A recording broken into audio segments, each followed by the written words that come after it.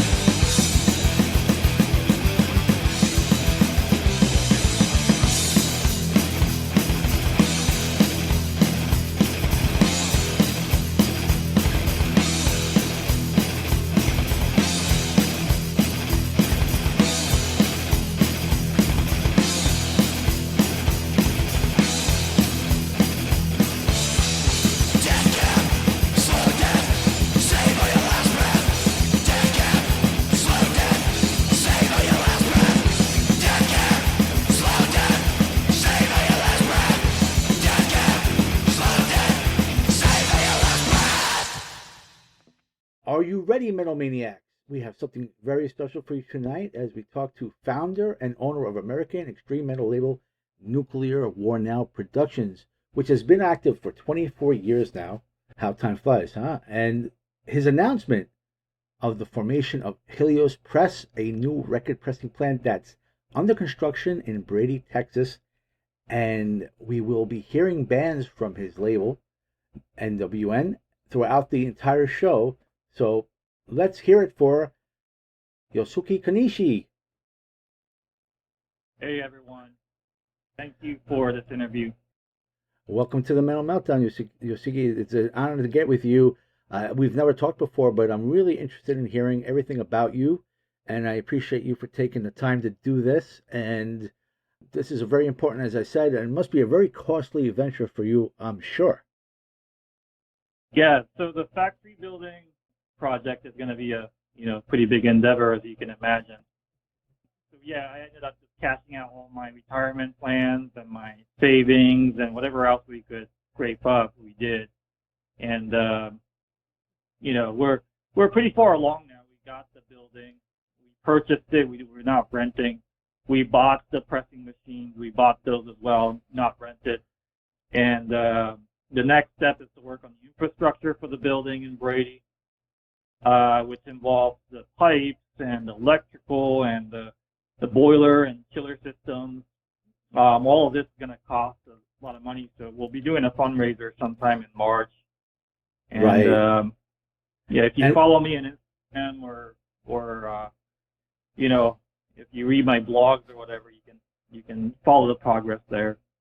And what led you to make the decision to form a separate pressing company from NWN, especially in the times that we're in with I guess you call this a everlasting recession. It's probably a very big risk.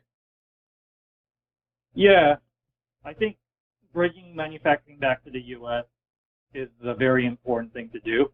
So there's that. And, I have my own interest as well because I run a record label that produces mostly vinyl. And that's been the mission from the very beginning. So, like you said in the intro, I've been running NWN for 24 years now, and we focus on vinyl. And I've been using various factories and brokers over the years. Things have gotten much better since the pandemic, but we went through some rough times during the pandemic where the wait times got longer and longer, and eventually it became like 1 year or a year and a half in some instances. So you can imagine how difficult it was to run a label when you have to wait 1 year and you have to plan all marketing for 1 year into the future. It just wasn't good for bands and labels. Right. Those 3 years, things have calmed down, and the pressing wait times have gotten much shorter now. But I learned an important lesson back then. The supply chain breakdown, shipping delays, manufacturing delays, those were all compounded by the fact that manufacturing was happening across the pond in Europe and China. So that was one of the emphasis for wanting to create my own factory. But yeah, I mean, the other is to try something brand new. I'm the type of person who just can't be just doing one thing forever. I wanted to have another challenge. So that's that. Yeah, it's a huge risk, of course, but everything that's worthwhile in life, you have to take a risk doing. If you just sit on your ass doing nothing, then there's no risk, but you'll die a very boring person. Yeah, I got you. But I'm interested to know, as far as when you planning on launching your Kickstarter program, and what are your hopes for with achieving this Kickstarter program? Will this enable you to get the Helios Press fully functional, or will you able to? Do you think you'll be able to do it without it? We have many levers that we can pull, but I mean, first things first, the Helios Press Kickstarter will be starting on March 1st. Okay. If everything falls into place, which it should, we'll do it on March 1st and run it for 1 month. I wish you the best. So just to address your questions about funding and how far we are, so we have several levers to pull. Kickstarter is one. We're trying to get about $100,000 there for the boiler and chiller. Now, that's not going to cut it. As far as opening the factory is concerned, that will only speed things up. We will still have to raise another $200 probably for the infrastructure and construction costs. So we'll probably pull several other levers, including a sale at NWN, and we might take out a loan. So yeah. And I understand from talking to bands that want to do vinyl, they decide not to because it's quite an expensive venture for them to do actually waiting for it's a very long process for waiting for the vinyl and the cost of the vinyl. So I'd like to know, is there limitations to your pressing for bands that are interested in doing business with you? And what would you think would be the average cost of pressing, let's say, 500 copies? Have you gotten to that point yet as far as what you know what it's going to cost? No, I didn't think so, but I figured I'd ask. So cost analysis is still ongoing, but we will be pressing for bands directly, labels. Anybody who comes to us, we will press records for. So we'll be, genre agnostic. We won't just press metal records. We press pretty much anything. We prefer to press for, independent labels and bands, just because our mission is to support the scene. Independent artists and labels are, what really creates good music. I don't really care for commercial music so much. Obviously, if So when he comes to us with a project, we're not going to deny it as long as we have the capacity to press their records. The thing that we want to avoid is for our factory to just become some sort of pressing plant that only serves corporate interests, like a lot of other factories in the U.S. and elsewhere. So you're going to still support the underground, but not exclusively the underground. It is a business that's separate from NWN, and Right. we have to make numbers work. So as business people, we will take jobs as they come, but our mission is to support the underground first and foremost. So you'll be able to work with unsigned bands as well as signed bands? Yeah, of course. So anybody so you can pretty much do this now with any factory. You can go to any factory in the U.S. and press records now. So it's not like our factory will be very unique in that aspect. One thing that might be more unique to us is that we already have connections to the metal underground and the punk underground to some extent, and maybe the noise underground as well. So it'll be very easy for us to reach out to our clients directly. I have 52,000 followers on Instagram. Most of them are label owners, or they're in bands, or they're just fans. But regardless, these are people in the underground specifically, so it'll be very easy to reach those people. And once the word gets out that we're creating quality records, I'm sure that we'll get, other types of people. We have local country people, local comedians, local indie rockers. We'll service everyone. I think what we should do is when everything is set, when you have the plant fully functioning, we should probably come back to do a follow-up interview to talk about the status of everything, and we could promote your Helios Press and tell the musicians out there what they can expect from you as a pressing company, that they'll have more information on what it will cost them to do it on their own or through a label or something like that. But for now, I think, we really don't know what the future is going to hold. So everything relies on, I guess, the Kickstarter program, plus all of the risk that you've taken to get this started. But it's going to take a while, probably. I mean, you said that you have the location and everything that takes to make this work. It's going to take some time, you think, right? How much time do you think? How many months do you think it's going to take before you can actually start pressing? The goal is to start pressing this winter 2024. So somewhere around October, November, December is where we're shooting for. Okay, so within this year. Yeah, yeah. So construction's already started on the building. We started stripping out the insulation. We're putting in spray foam. As you know, Texas gets very, very hot in the summer, so we have to have very good HVAC and very good insulation. Otherwise, everyone just get cooked inside, including the machines. Machines are very temperature and moisture sensitive. We have to make sure that the space is very well air conditioned. So for that reason, we've already started building in the press room itself, which is separate from the rest of the warehouse. More insulation, so we'll have double insulation. Warehouse will be insulated, and then the press room will be insulated. So that room at least will be nice and chilly.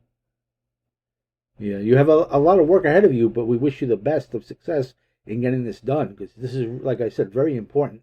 And keep in touch with us. And so when everything is, we all assume everything's going to go according to plan, but you know how life is. Sometimes it doesn't work out that way. But we wish this for you, and keep in touch when it is all fully functional. We'll come back and have a follow-up interview. And I'm just curious, would you like to talk about any of your latest releases on NWN? Would you like to talk about anything coming up? You want to spend any time talking about NWN? Yeah. So as your audience may or may not know, NWN has existed in the underground for about 24 years, and we focus on extreme metal, but in recent years, I actually, even from the beginning, I've mixed in thrash and traditional heavy metal records as well. Mostly old bands, though. I don't really care for new heavy metal and thrash as much. But you might have heard about some bands like Toxic Holocaust and Midnight. These are bands that are really big now on Relapse and Metal Blade. These bands started on NWN. We did the first two records of Toxic Holocaust, the first several records of Midnight. So you might know me from those bands, perhaps. But as far as new releases are concerned, we just did several new records. Fingernails from Italy. That's an old thrash speed metal band in the style of Tank, Acid, Motorhead, that style. Very, very good. Cool. That just came out. We did a demo compilation record for a black metal band from Finland called Witchcraft. They're playing my festival in Japan in April. In fact, one member of Witchcraft now plays in Beharit, so people who used to make fun of Witchcraft or used to say that Witchcraft was just a clone band of Beharit, it's actually gone full circle. Now that main member is now the guitarist and part vocalist for Beharit. So, they're a great band. I see. And if I understand correctly, all of the bands that are associated or that are on the NWN label, all of the bands are on vinyl?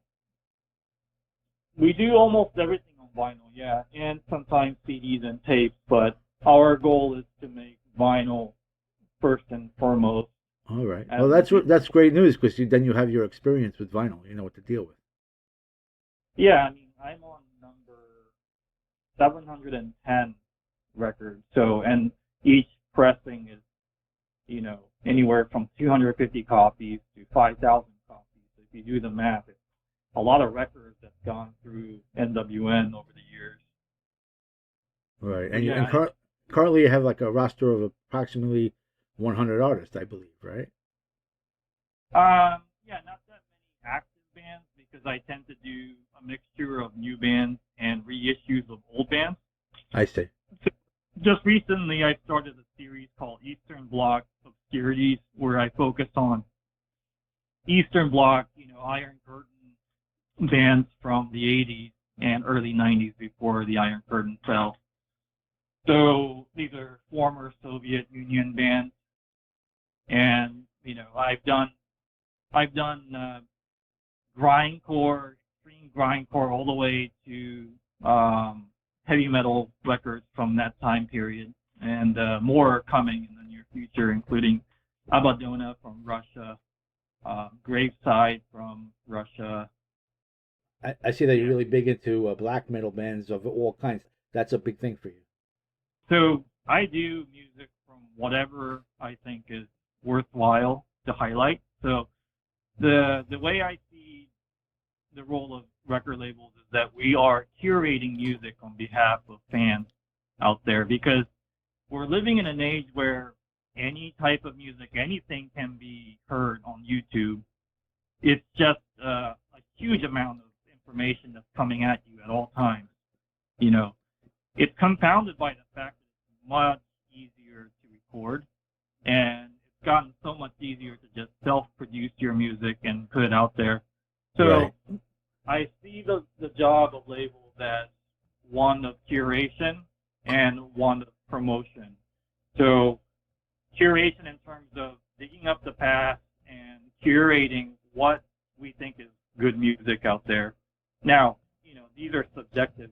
So one label might push bands that nobody gives a shit about, and other labels may curate bands that are very popular.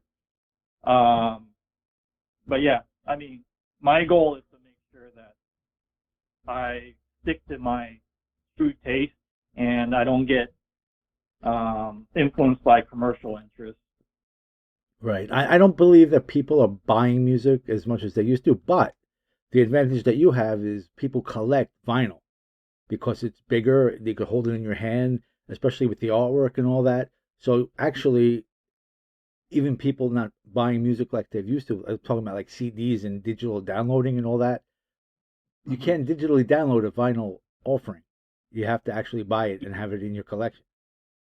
Yeah. So it depends on how you look at it. So I agree with you to some extent and disagree to some extent. So if you compare now to how it was in the 80s, obviously people were buying a lot more music back in the 80s because you had to. There was no streaming of music. If you wanted to hear music, you just bought it, Right. right? And things started to change in the 90s with the invention of CDs, and everyone just started buying CDs instead of vinyl. So vinyl kind of became less popular. I started in the late 90s, and I was collecting all throughout the 90s, so I know how it was for metal. Metal and punk never stopped making vinyl. That's one cool thing about it. But yeah, going back to your original point, things are definitely less than the 80s and early 90s in terms of purchases, but things have gotten much better, in my opinion, since the early 2000s. People are, I think, buying less vinyl. I think in 2024, people are buying a lot more. I don't know what that is. Maybe it's the collector mentality, but I don't think that's the only factor. I think the other factor is that people are actually listening to records and they like the interactive experience of actually holding a physical object and having to stand up and turn the record, and the fact that you can only listen to records in a linear fashion. It's much harder to skip over songs. Do you know what I mean? So Yeah, sure. I get that. Yeah. I think what makes metal and punk and maybe some other types of music, indie rock perhaps, very special is that bands tend to write albums instead of just focusing on one hit song. So vinyl and tape forces the listener to listen to the entire album in sequence. It's much harder to skip over songs. Yeah, that's very true. Very good point. Yeah, and your point of, bigger artwork and having something tangible is very important as well. Right. And Yasuki, is there anything you'd like to say at this time to your loyal and new followers? Is there anything that you would like to say to them directly? Just that I would really appreciate it if everyone could support the Kickstarter when it starts in March. We'll be providing lots of cool goodies to go with the Kickstarter, including exclusive vinyl releases and T-shirts and other swag. So if you could support me there, that'll be great. And you can always follow me on NWN Productions in Instagram. I'm more active in Instagram than anywhere else. We also started a Helios Press Instagram page where we'll be updating our supporters there as well. All right, I'll start following you on there. I did not realize that. Thank you for that information. And also, thank you for spending time with us on Metal Meltdown on Metal Messiah Radio tonight. I believe that we've learned more about you, about Helios Press and NWN. I want to make sure before we go that if there's anything else you care to bring up before we conclude with our interview, please feel free to discuss anything that you'd like to. No, I think that covers everything. We should definitely do a follow-up interview once the factory is up and running. And if anybody else wants to interview me for anything, NWN Helios, please reach out to me at nwnprod@gmail.com. Yeah, absolutely. We definitely will do a follow-up. And the timing is really good because I do the radio seasonal. I start my season in November, and I end it in March. So when I come back to the next season of Metal Meltdown, hopefully everything will be going according to plan, even if I'm like a month late. But we can still do a follow-up and talk about the progress of Helios Press. So I'll be looking forward to that. Just keep in touch, and I appreciate all that, and I want to wish Helios Press a very productive year, and everything goes according to your goals, and may you reach the success that you deserve. And let's go crank up more bands on Nuclear War Now Productions, and let's crank it up loud. Cool. Thank you. Thank you for the interview.